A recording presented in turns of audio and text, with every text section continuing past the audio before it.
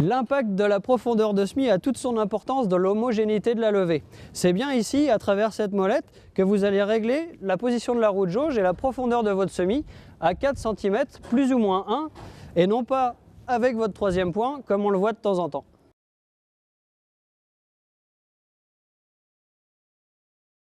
De l'optimum de régularité, l'état d'usure des pièces enfouisseuses a toute son importance.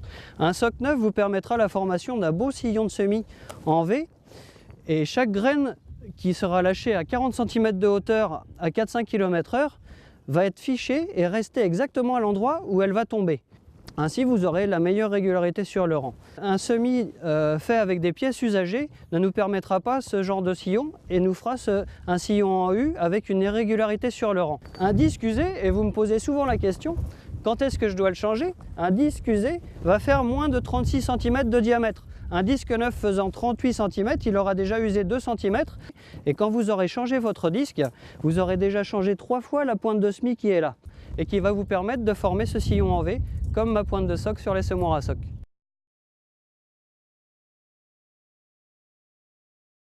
Pour limiter l'usure de vos disques et de vos pointes de semis, vous devez faire travailler vos chasse-mottes et le coutre à l'avant du chasse-motte. Un chasse-motte bien réglé doit juste lisser la surface du sol en écartant les imperfections type motte et pierre. Le coutre, lui, vient amorcer le travail du disque ouvreur et doit être 2 cm sous le chasse-motte.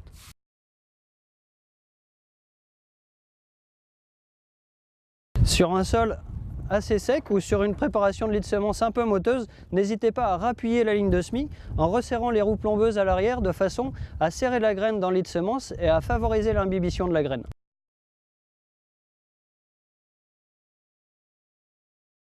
Votre vitesse est parfaite, le sillon est nickel.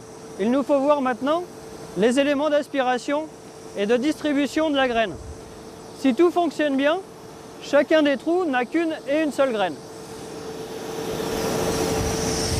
Nous devrons regarder l'état et le fonctionnement des disques et sélecteurs. Un disque usé, rayé, ne nous permettra pas un bon fonctionnement et vous risquez de faire des manques, les graines vont tomber. Un sélecteur, pour bien fonctionner, ne doit laisser passer qu'une et une seule graine. S'il est trop haut, il risque de faire des doubles. S'il est trop bas, vous risquez de faire des manques. En fonction des variétés, vous aurez différentes formes et différentes tailles de graines.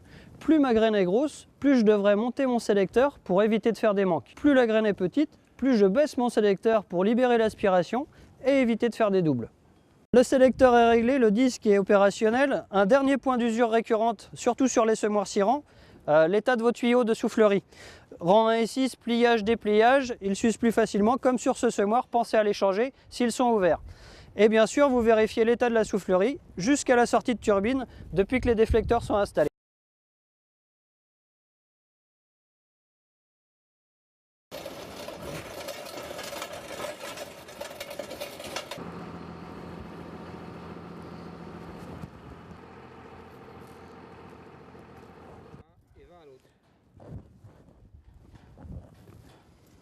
Ici, nous vérifions l'écartement de l'engrais starter par rapport à la ligne de semis. 5 cm sur le côté, 5 cm sous la graine, nous emmène 10 cm de profondeur pour que les racines aillent chercher l'engrais starter et qu'elle ait à disposition en temps et en heure.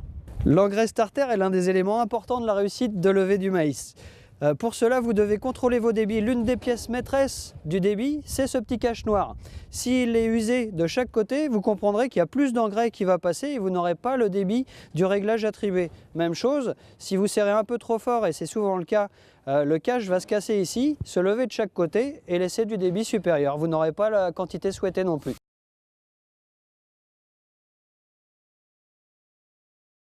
Le seul et unique moteur de votre semoir, c'est le pneu. Aussi bien pour la distribution des semences que des microgranulés que du fertiliseur engrais, c'est votre pneu qui réglera les débits. Aussi, soyez vigilants sur leur montage, ils doivent être à l'inverse de ceux du tracteur pour entraîner le semoir. Une bonne pression de pneu, c'est 2 bars, et 2 bars, un pneu à 2 bars sur un tour de roue fera 2 mètres et respectera les réglages que vous avez autour.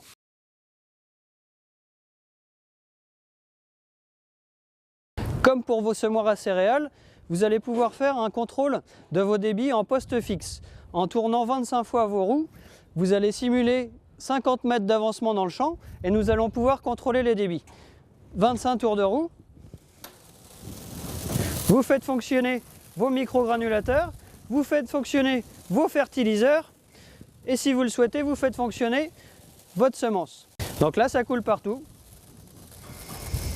Il n'y a pas de problème apparent. Une fois nos 25 tours de roue réalisés pour faire 50 mètres dans le champ, nous venons peser les résultats récoltés. 77 grammes, c'est à peu près 20 kg/ha, on est sur le grammage souhaité.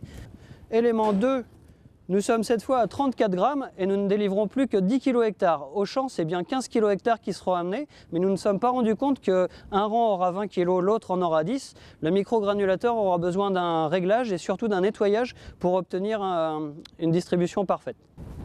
Même chose sur le débit des éléments starter. Alors, élément 1,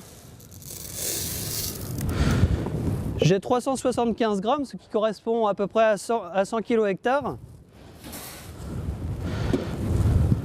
Élément 2, cette fois je n'ai plus que 200 grammes, ce qui correspond à 60 kg/ha. On n'est pas au débit souhaité, d'où l'importance de revérifier l'intégrité de vos caches noires et des agitateurs du starter. Voilà, nous avons constaté une différence de débit entre l'élément 1 et l'élément 2. Il s'agit certainement d'un encrassement de la vis sans fin, d'où l'importance de bien vidanger vos éléments microgranulateurs après chaque utilisation, de façon à ce que le colmatage ne se fasse pas. Pour cela, vous libérez les deux trappes de vidange, vous libérez l'arrière et vous pouvez souffler l'élément afin de chasser tous les débris qui vont s'y coincer.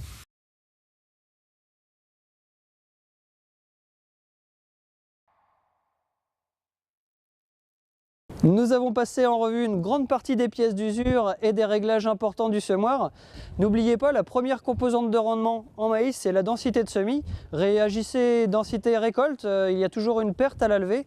On vous a fait une petite réglette ici qui vous permettra d'avoir la correspondance, distance graine à graine et densité de semis souhaitée.